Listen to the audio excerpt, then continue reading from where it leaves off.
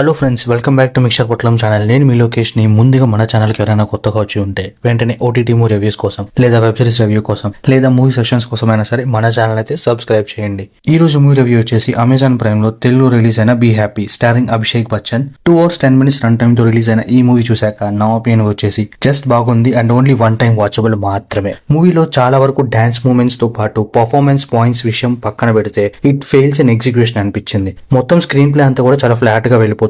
అటు క్యారెక్టర్ కి emotion depth సరిగ్గా యూటిలైజ్ చేసుకోలేదు అనిపించింది. ఇంకా నూరా ఫటేహి గారి క్యారెక్టర్ రోల్ అయితే ఇంకా స్కోప్ పెంచుండాల్సిందే. సో స్టోరీ అంతా కూడా శివ్ రాస్తోగి అలియాస్ అభిషేక్ బచ్చన్ తన కూతురు దారాతో పాటు వాళ్ళ మామయ్య నాదర్తో ఊటీలో ఉంటారన్నమాట. అయితే దారాకి డాన్సర్ అవ్వాలని కోరుకుంటుంది. దానికోసం ముంబై కూడా వెళ్లాల్సి వస్తుంది అని వెళ్తారు. సో అక్కడికి వెళ్ళాక డాన్సర్ అయ్యిందా అండ్ లాస్ట్ ఏమైందని తెలియాలంటే ఈ మూవీ చూడాల్సిందే. Overall review of the movie వచ్చేసి ఫాదర్ అండ్ డాటర్ రిలేషన్షిప్ ని ఇష్టపడే వాళ్ళకి ఖచ్చితంగా ఈ మూవీ అయితే నచ్చుతుంది. But otherwise it's just one time watchable. So మీరు కూడా మూవీ చూసాక మీకేమనిపించిందో please do comment and thanks for watching.